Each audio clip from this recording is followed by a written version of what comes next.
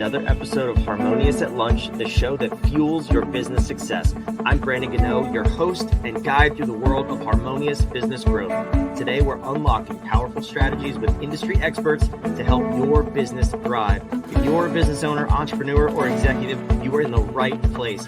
Join me and our incredible guests today on the journey to clarity, growth, and success. It is time to revolutionize your approach to business. Let's dive in with another episode of Harmonious at Lunch.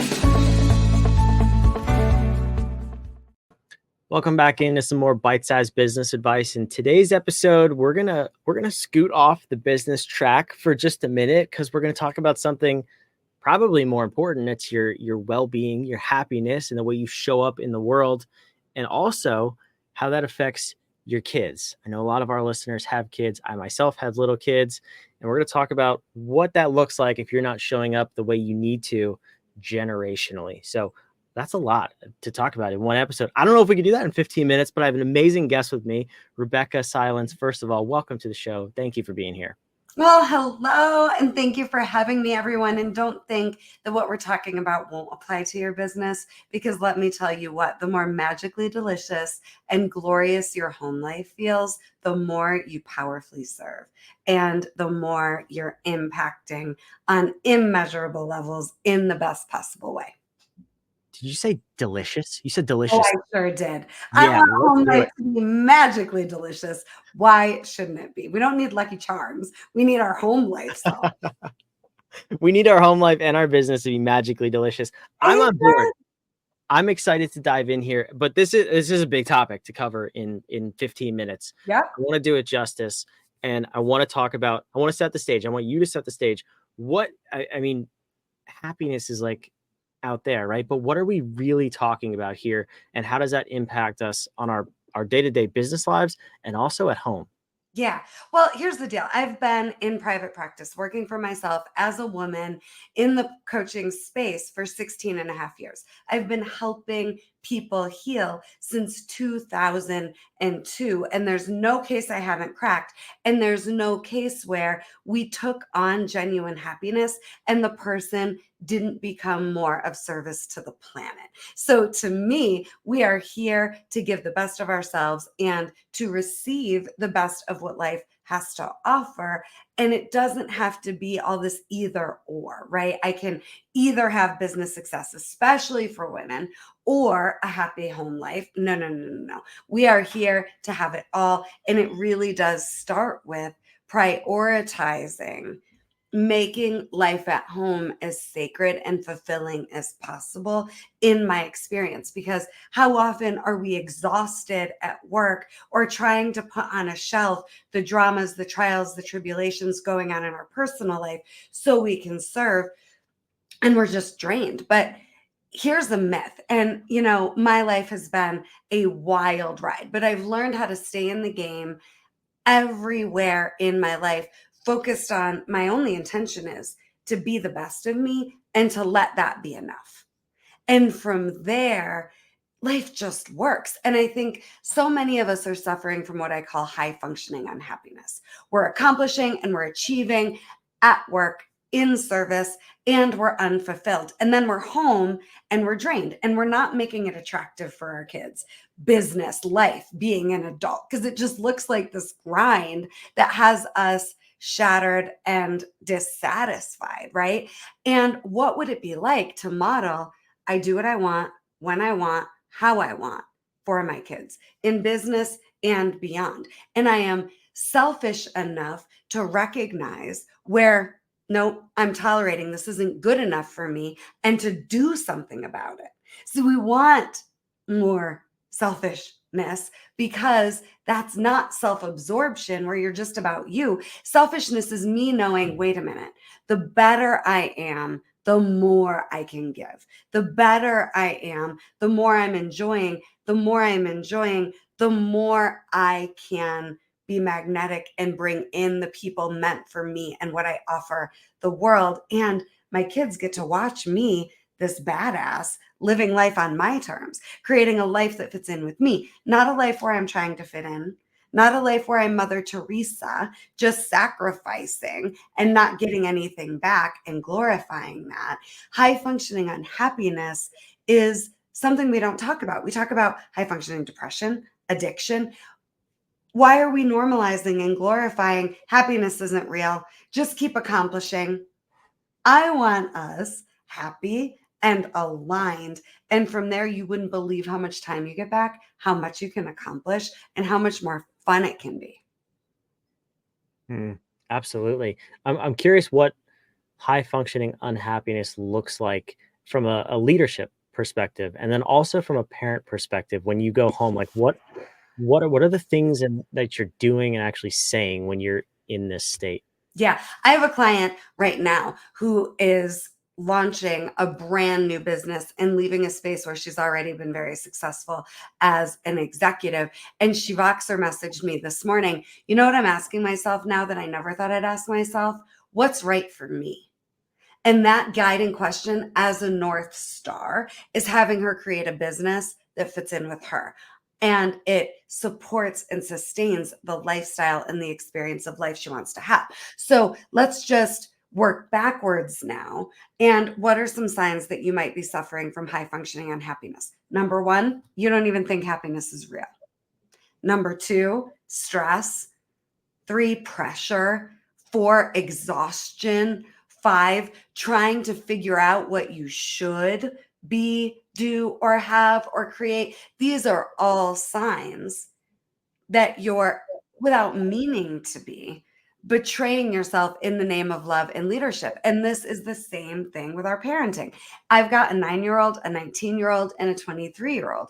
And if I am focused on how I can manipulate their outcomes so that I can feel more comfortable and less stressed and less pressured, I have missed the boat. One of the things I teach when it comes to family healing is, what would it be like for everyone in your house to get to be who they are, not who they're expected to be?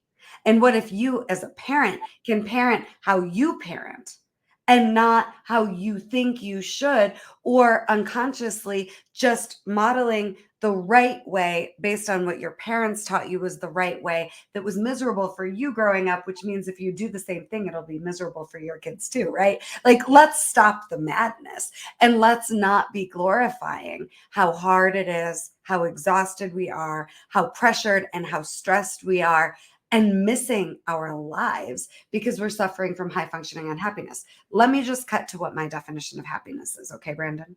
Please. Okay. It is a healthy relationship with all of your naturally occurring emotions. And I teach there are only 5: anger, fear, grief, joy, and excitement. And the ultimate goal is that you're high functioning and happy, meaning joy and excitement get to be the rule you live by, not glimpses, not the exception, but the rule. So the more you're willing to face those darker emotions, move through them and conquer them so that joy and excitement can be the rule you live by, the more aligned you are. And I'm a cancer survivor. My story is wild. I had a 5% chance to live. I was diagnosed with cancer while I was pregnant 9 years ago with my now 9-year-old. And it taught me so much. Like, we don't need a breakdown to break through. We don't need permission to live our lives on our terms. And we really can find and experience joy and excitement as the rule we live by, even in non preferential seasons or circumstances and moments. Mm. So I mean that's a beautiful journey and outcome too in horrible circumstances. But on this side of it, now when you're working with your clients and you're helping them interrupt those generational patterns, and you said your client asked you what's right for me, right? I mean that's a good thing to ask, because then you can show up the way you need to, and in the person you are and need to be.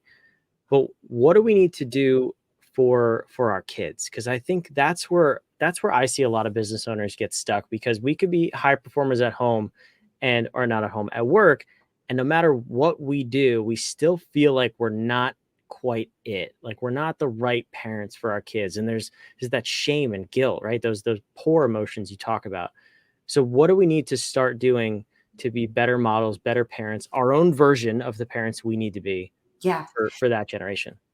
Such a good question. So I think part of stopping the madness and breaking cycles is giving yourself permission to be way more focused on and intentional about who you're being versus what you think you need to do.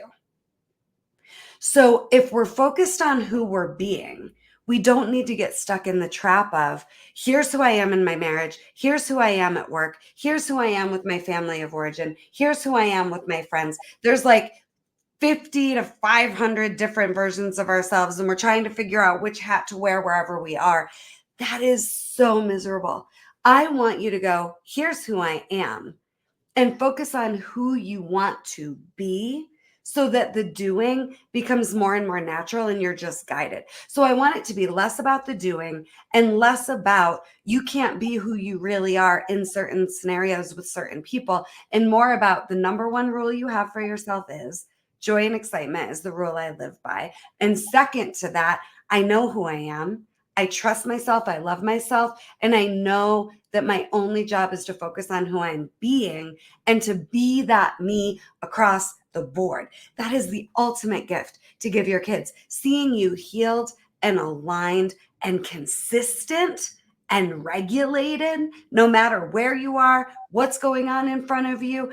I can't tell you a better gift to give your children and your team and your clients and your community and your family, but primarily your children. It is so confusing for kids when they see adults. Now this is me. Now this is me. Now this is me. And they're trying to anticipate which one of you am I going to get right now? Because I know in different scenarios with different people, you're different. What if you're just you, the you choose to be? And I find in all of my years, thousands and thousands of success stories in my VIP private practice now, there's not a case I haven't cracked.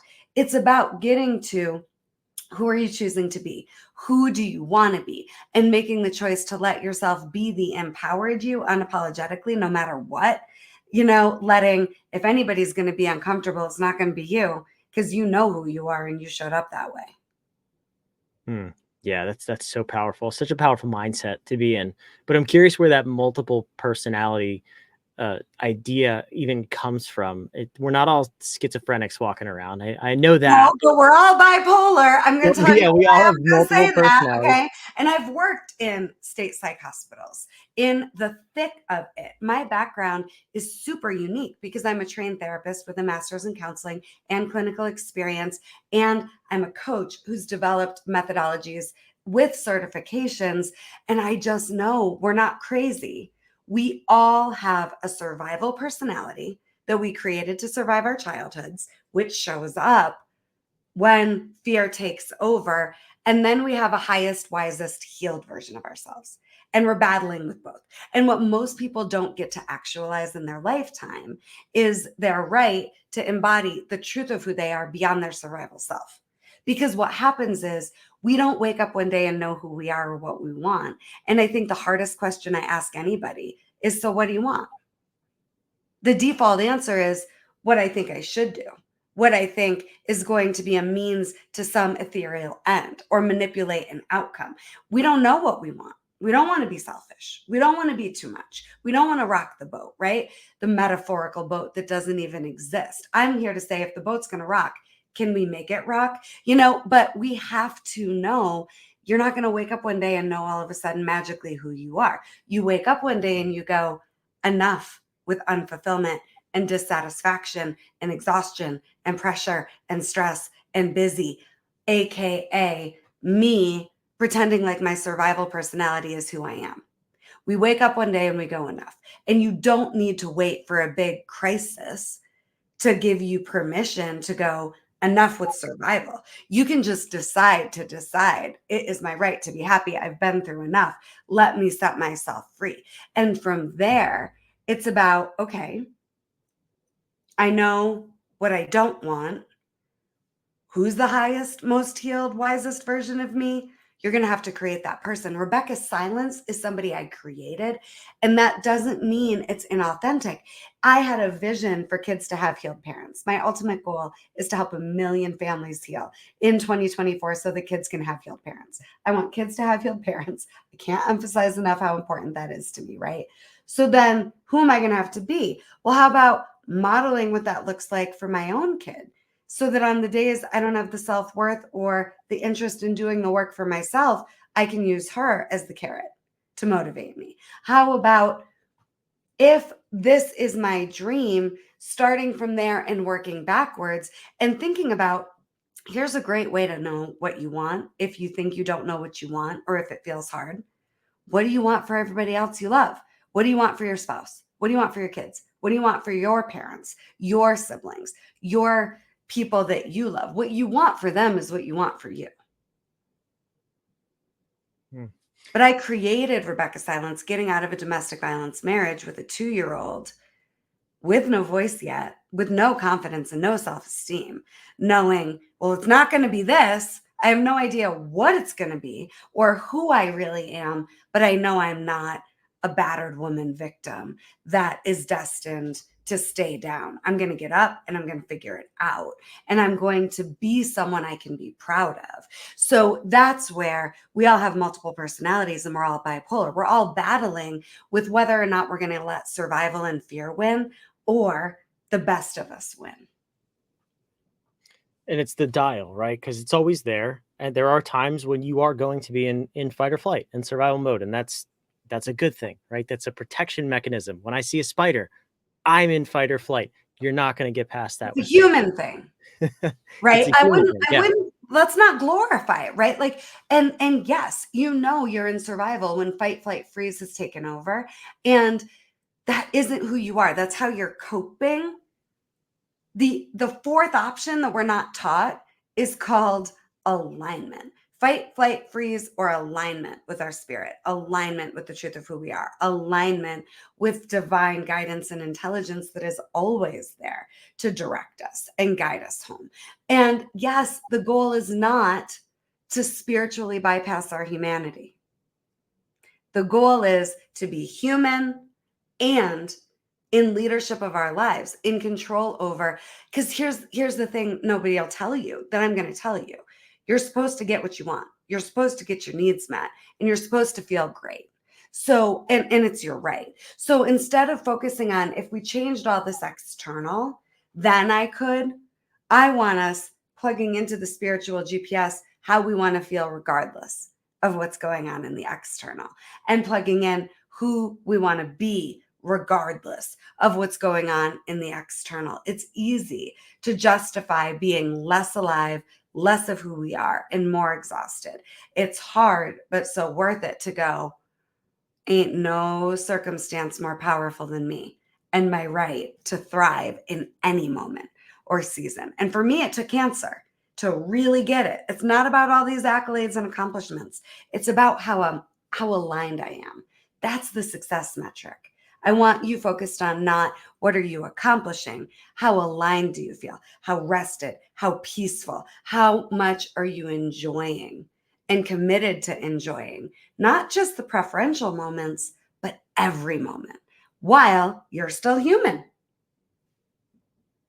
Yeah, that's fair. So what's the path to get there then? Because going from living in fight or flight and survival to being in alignment is challenging. It takes time. Is it just a matter of focus and deciding, or is it more complex than that? Well, I like to say my work is super simple. It's not easy. I try to make what's so complicated really simple. So let me just give you a little framework for us to chew on to start, right? I want us to start with what I call a listening framework, because we've got to get beyond mindset and strategy if we want to feel alive and fulfilled. My book is called Coming Back to Life, not because of all of the adversity I've overcome, because every client I've ever had tells me they work with me and they come more alive, and they didn't even know they weren't fully alive yet, right? So the goal is to be fully alive. So how do we become someone who knows ourselves and trusts ourselves and loves ourselves and knows the difference between survival and the healed us in charge of the mission called our lives? We connect to our spirit. So how do we do that? You start with the mind so you can acknowledge, okay, what am I thinking? Got it. Now that thinking gives me access to my worldview right now and whether or not I'm experiencing the world through wound-colored glasses or the aligned lens that is accessible and available to us, right? So we start with our mind so we can get to our heart. So our heart can tell us what we're feeling. Let yourself not be afraid of how you feel. How do you feel and how do you need to feel? Your heart will give you that answer. Once we've cleared the mind and the heart, now I can connect to my body, which gives me all of the information I need about what I'm needing. Maybe it's a hug, maybe it's a nap, maybe it's someone to be my sounding board or a coach or a mentor. But I need to know what I'm thinking, what I'm feeling, what I'm needing, so that I can access my spirit, which will give me all the information I need about what I want. And you can do this 4-step process, meditating, journal. I just want you to believe me when I tell you the answers are already there. I'm not a cookie cutter coach that's like, I have the way for you. I help you clear out anything in the way of you getting 100% of the love you want, you at your highest and best. And what I know for sure is you already have your answers. But I need, I want, I feel is a great place to start. And clearing your mind, your heart, your body, so you can connect to your spirit and access that guidance is so available. And it is not easy. It is this simple. And then all you need is one next right for you step. We make things so overcomplicated, right? What's the vision you have for your life, big picture? And then just what's the next step? And maybe the vision you have right now is that you feel free, that you feel like your life is yours, that you're happy and not tolerating high functioning unhappiness. Give it a word, give it a phrase. What's the direction you're going in?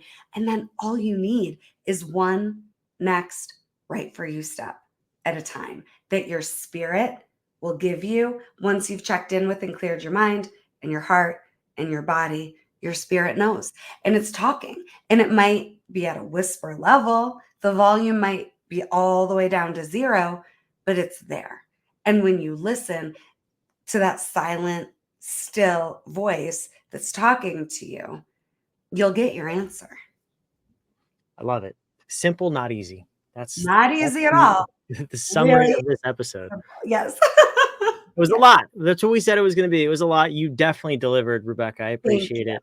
But it wasn't enough, I don't think. But you have more. Where can the listener go to get more and learn how to work with you deeper? Yeah, by now you already know if you want to work with me more or not, and I would love to support you. So check me out at RebeccaSilence.com. You can sign up right now for my free masterclass, The 3 Must-Know Secrets to Heal and Save Your Family, which also applies to business and beyond, and just your life satisfaction levels.